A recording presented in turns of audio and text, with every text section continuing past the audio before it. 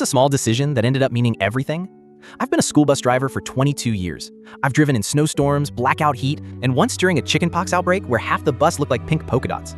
But nothing ever stayed with me like the year I noticed Anna. 5th grade, always wore this oversized yellow raincoat, even on sunny days. Sat in the 3rd row on the left. Never talked, never smiled. Just stared out the window, clutching her backpack like it held something fragile. Most kids bounded off the bus. She slipped off like she didn't want the ground to notice. One morning, I was doing my usual mirror check, watching them file in. Anna hesitated at the steps. Her eyes looked tired. Not sleepy, tired like someone who's been holding their breath too long. She sat in her usual spot, but when I pulled away from the stop, I glanced up and noticed her arm. Her sleeve had ridden up just a little, enough to see the faint outline of bruises. I tried to ignore it, told myself it was probably nothing. But the next day, I saw more. A yellowing mark across her wrist, a scratch that hadn't been there the week before. And still, she said nothing, not a word.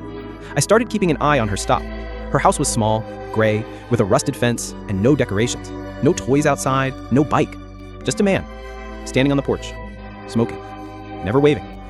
One day she got on the bus with a busted lip. That was it. I couldn't pretend anymore. After the route, I walked straight into the school office and asked to speak to the counselor. Told her everything. She nodded slowly. We've had concerns. Turns out I wasn't the first to notice, but nothing had ever been proven. Anna didn't talk, wouldn't confirm, said she was clumsy. But that day someone must have finally pushed hard enough because child services came, and Anna never got back on my bus again. I didn't know what happened after that. We're not given details. Just told she'd been relocated for safety. Her seat stayed empty for the rest of the year. I left a little paper sunflower on it the last day of school, just in case. Years passed. Thousands of kids. New faces, new routes, new neighborhoods. But I never forgot Anna. Every time I saw a quiet kid in the 3rd row, I paid a little extra attention.